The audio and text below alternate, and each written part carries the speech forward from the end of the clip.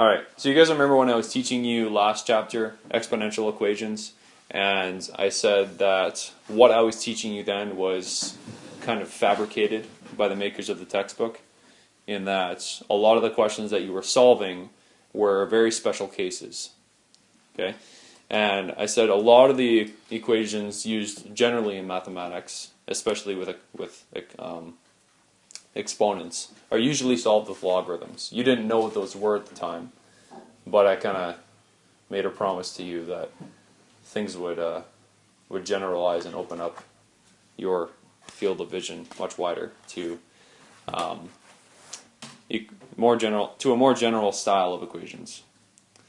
Okay, this is the section that I was referring to. You're going to see exponential equations as well as logarithmic equations, but especially equations that look like they should belong in the last chapter. And now that you have been enlightened and informed, you'll be able to solve those exponential equations using methods that you could not use before because you didn't know what they were. Before I just jump into the algebra here, I want to bring your attention to an important equation that's going to help us solve some of these logarithmic problems. I want you to just look at this equation here that I have up on the screen and in your notes. The log of A should be log, not. The log of A base C is equal to the log of B base C. All right? Let's say we had an equation in this form. I want you to just think, based on this setup, what could you say about A and B? They're equal to each other. They are equal to each other. Why?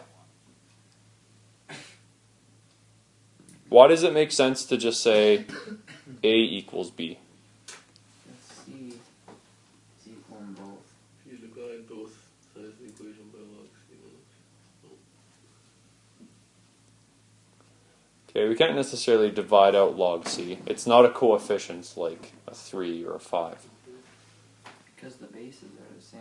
Okay, the bases are the same. That's definitely helpful, right? And they're both logged. I don't know if that's a proper word, but basically what this is saying is I take the logarithm of something that has a base of C, and I take the logarithm of something else that has a base of C. If I say that both of those values are equal to each other, then the things that I took the logarithms of have to be the same. Right? There's no other way to say it. If B and A were not the same, this equation could not be true, unless the bases were different. Right? So I log A with the base of C, I log B with the base of C. They're equal to each other. That means that A and B have to be equal to each other. Okay? This is going to be really important when we get into the algebra of solving logarithmic equations.